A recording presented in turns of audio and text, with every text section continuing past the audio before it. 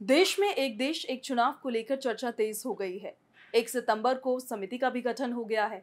किसी का कहना है कि ये असंवैधानिक है, तो किसी का कहना है कि अभी तो सिर्फ समिति का गठन हुआ है, अभी से घबराहट क्यों हो रही है। कोई कह रहा है कि ये एक अभिनंदनीय कदम है, तो किसी का कहना है कि ये पॉसिबल ही नहीं है। बहरहाल इस पॉडकास्ट में आज हम यही डिस्कस करने जा रहे हैं कि आखिर वन नेशन वन इलेक्शन के मायने क्या है, क्या संविधान इसकी इजाजत देता है, अगर संविधान इसकी इजाजत नहीं देता है तो फिर सरकार के पास क्या विकल्प बचेंगे, आगे का क्या प्रोसीजर होगा। इसके अलावा अगर 5 साल में एक बार चुनाव होगा तो इसके क्या फायदे होंगे और क्या नुकसान होंगे, ये आज इस पॉडकास्ट में आप देखने जा रहे हैं। नमस्कार, पंजाब केसरी नवोदय टाइम्स के डिजिटल प्लेटफॉर्म पर स्वागत है आपका। मैं हूं आपके साथ पूजा खंडूरी और हमारे साथ हमारे खास मेहमान अमित तिवारी जी मौजूद हैं, जो कॉन्स्टिट्यूशनल एक्सपर्ट भी हैं और दिल्ली स्टेट स्पोक्स पर्सन भी हैं। बहुत बहुत स्वागत है सर आपका पंजाब केसरी नवोदय टाइम्स के इस डिजिटल प्लेटफॉर्म पर।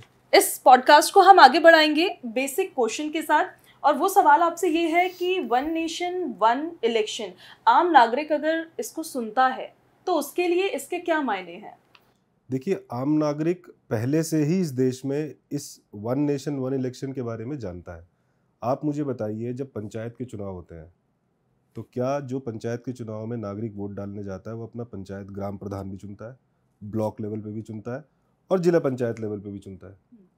तो वन नेशन वन इलेक्शन का सामान्य मतलब ये है कि नागरिक जो अपने मतदान का अधिकार करके अपने क्षेत्रीय सांसद को चुनता है लोकसभा के लिए, अपने क्षेत्रीय विधायक को चुनता है विधानसभा के लिए, तो एक ही चुनाव में, एक ही दिन, एक ही चुनाव में वो जाएगा और अपने दोनों मतों का उपयोग करके अपना सांसद भी चुनेगा और अपना विधायक भी चुनेगा। वन नेशन वन इलेक्शन का मतलब सिंपल शब्दों में ये है। ठीक है अमित जी, विपक्षी पार्टियों का कहना ये है कि ये अनकॉन्स्टिट्यूशनल है। क्या ये सच में असंवैधानिक है? कैसे है? उनका कहना है कि फिर अमेंडमेंट करनी पड़ेगी कॉन्स्टिट्यूशन में इसको लेकर। तो अमेंडमेंट हो गई क्या?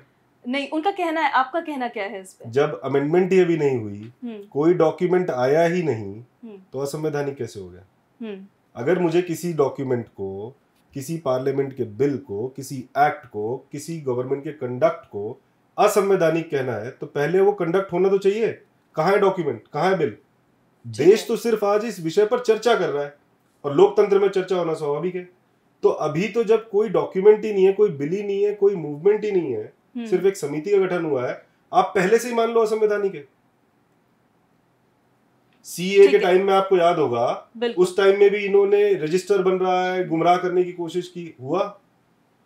तो आपका कहना है माहौल बनाने की कोशिश कर रहे हैं, गुमराह करने की कोशिश कर रहे हैं। One nation one election bill को लेकर आती है तो फिर कॉन्स्टिट्यूशन में किस तरह का बदलाव देखने को मिलेगा?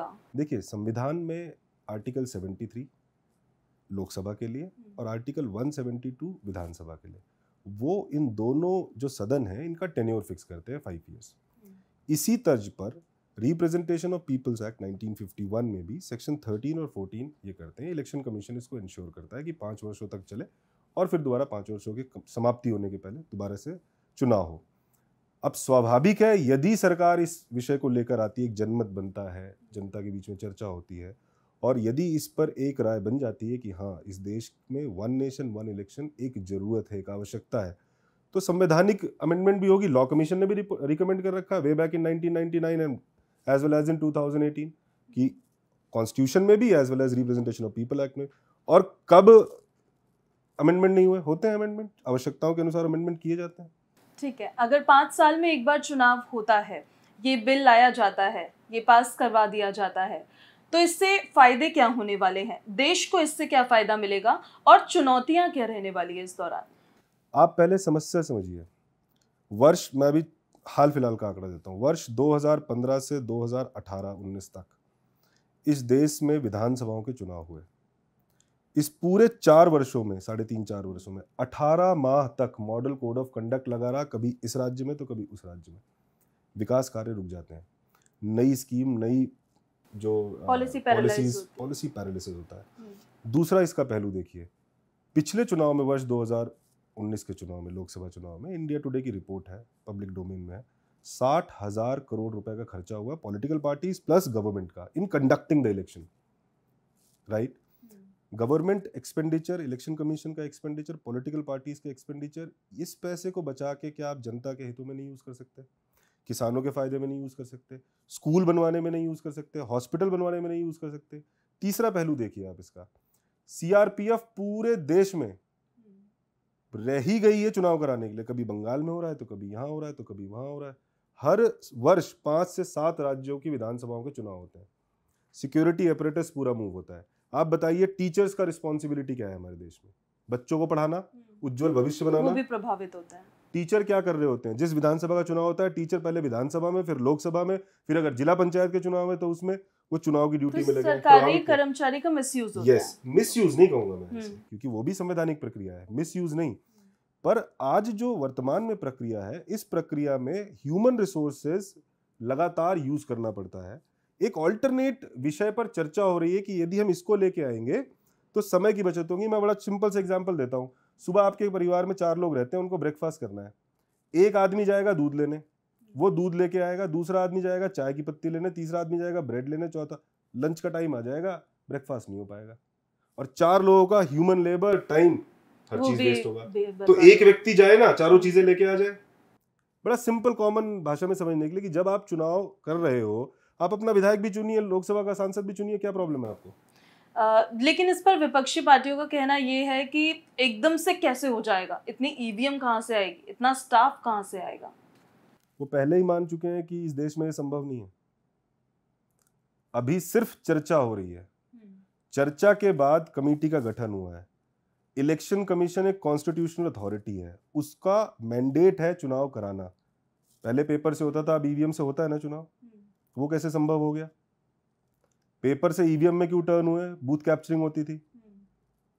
तो with the passage of time, modernisation के साथ साथ, इंफ्रास्ट्रक्चर डेवलपमेंट के साथ साथ ऐसे चेंजेस आना स्वाभाविक। लेकिन क्या आपको नहीं लगता है कि अगर ये बिल आता है और 5 साल में एक बार चुनाव होता है तो इसमें जो नेता होंगे उनके अकाउंटेबिलिटी थोड़ी कम हो जाएगी? कैसे मैम? क्योंकि अगर जैसे बार बार इलेक्शन होते हैं, नेता तो सेम ही है, हालांकि जो कैंडिडेट्स होते हैं वो अलग होते हैं, लेकिन जो प्रचार कर रहे होते हैं वो तो सेम होते हैं। उनको जनता के सामने जाना पड़ता है, उनसे बात करनी पड़ती है, वोट मांगना पड़ता है। अगर ये चीज उनके सामने होगी कि 5 साल में एक बार चुनाव होना है, 5 साल में उनको जाना है, तो क्या आपको नहीं लगता कि अकाउंटेबिलिटी थोड़ी कम होगी? इस पर क्या कहना है आपका? कैसे? और अकाउंटेबिलिटी, मैं कहता हूँ आप 4 बार जाते हो तो क्या उससे अकाउंटेबिलिटी फिक्स हो जाती है क्या? एटलीस्ट उन्हें फेस करना पड़ता है। फेस करना पड़ता है, लेकिन जनता को तो चुनाव करने का, जो निर्वाचन करने का जनता की प्रक्रिया है, वो तो एक ही बार आएगी ना, चाहे विधानसभा के लिए चाहे लोकसभा के लिए। मान लीजिए एक सांसद है, वह विधानसभा के चुनाव में जा रहा है, फेस कर रहा है, पर जनता उसको नहीं हटा सकती ना। उसकी अकाउंटेबिलिटी कब फिक्स होगी? जब उसका लोकसभा का चुनाव आएगा। तो वो चुनाव तो एक साथ ही हो रहे हैं। और दूसरा पहलू देखिए इसका, पूरे देश में हर साल 5 से 7 विधानसभाओं के चुनाव हो रहे हैं। सभी पार्टियों के नेता, भाई हिमाचल में किसकी सरकार है? कांग्रेस की सरकार है। राजस्थान में किसकी सरकार है? कांग्रेस की सरकार है। कर्नाटक के चुनाव में यहाँ के लोग गए थे कि नहीं गए थे? एक बार चुनाव होगा, जाएं, नेतागण सारे भाषण दें, चुनाव प्रचार करें, वापस आए और देश के विकास में लगे। कितनी समय की बर्बादी होती है। बिल्कुल। जब हम क्योंकि चुनौतियों की बात कर रहे हैं और क्योंकि अगर ये मुद्दा उठता है तो इस पे वाद विवाद भी होगा, काफी कंट्रोवर्शियल मुद्दा ये बन जाता है। जो विपक्षी पार्टियां हैं उनका कहना है कि जो नेशनल मुद्दे हैं, ऐसे में इस दौरान, चुनाव के दौरान, वो लोकल मुद्दों को ओवरलैप कर लेंगे। रीजनल पार्टीज की जो आइडेंटिटी है वो खतरे में आ जाएगी। तो इसको किस तरीके से कंसीडर किया जाएगा? उनकी आइडेंटिटी वैसे ही खतरे में है क्योंकि उन्होंने इतने कुकर्म पहले ही कर रखे हैं।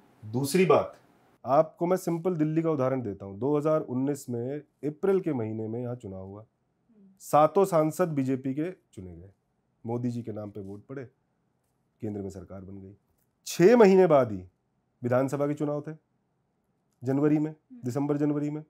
ऐसा क्या हो गया कि 62 विधायक आम आदमी पार्टी के आ गए? जनता समझदार है, उसे पता है मेरी गली कौन बनाएगा, उसको पता है मेरी सड़क कौन बनाएगा, उसे पता है मेरा पार्क कौन देगा, उसे पता है कि भारत का निर्माण कौन करेगा। तो जब वो सांसद चुन रहा है उसको पता है उसके मुद्दे क्या हैं। जब वो विधायक चुन रहा है तो उसको पता है उसके मुद्दे क्या हैं। जब वो ग्राम प्रधान चुन रहा है वो पता है उसको मुद्दे क्या हैं। ये जनता को बेवकूफ समझते हैं क्या? जनता समझदार है, वो जानती है।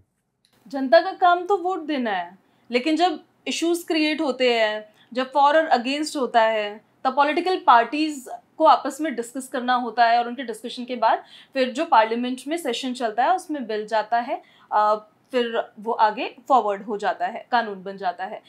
लेकिन उस चीज़ पे हम बाद में बात करेंगे। एक चीज़ मुझे आपसे ये पूछनी थी कि सबसे ज़्यादा प्रॉब्लमैटिक क्या है ज्यादा चुनाव आयोग का पैसा खर्च होना ऐसे बार बार इलेक्शंस होने पे, या फिर गवर्नेंस जो है वो अफेक्ट होना?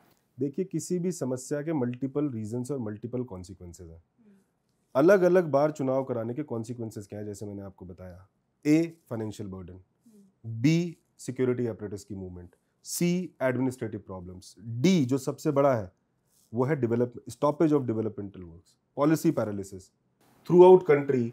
आप सपोज करिए मणिपुर में चुनाव है, या मेघालय में चुनाव है, या कर्नाटक में चुनाव, भारत सरकार का कोई नेशनल हाईवे नया प्रोजेक्ट लॉन्च होना नहीं होगा, रुकेगा, मॉडल कोड ऑफ कंडक्ट लगा है।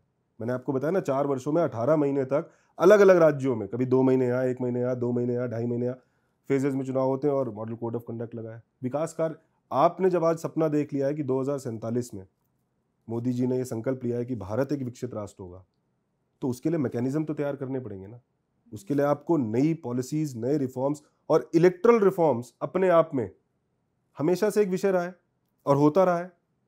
और ये 1 नेशन 1 पहली बार हो रहा है क्या? 51 से 67 तक विधानसभा और लोकसभा के चुनाव एक साथ होते थे। वो तो तब इसलिए हो रहे थे, उसके बाद फिर बहुत चेंजेस हुए, कभी किसी प्राइम मिनिस्टर की डेथ हो गई, कभी प्रेसिडेंट की डेथ हो गई, तो वो ऊपर नीचे होने लग रहे थे। कभी सीएम के केस में ऐसे हो गया, या फिर कोई सरकार गिरा दी गई, प्रेसिडेंट रूल के थ्रू 356 का दुरुपयोग किया गया। 356 का दुरुपयोग ओडिशा, केरला, इन सब विधानसभाओं को गिराने में किया गया। जब अपना डर सताने लग गया तो 1970 में लोकसभा को डिसॉल्व करके this is how the sequence was broken. तो ये कांग्रेस की ही जननी है जिसकी वजह से हुआ। ठीक है, और 1983 में रिपोर्ट आई इलेक्शन कमीशन की है। बीजेपी सत्ता में थी क्या? कांग्रेस थी।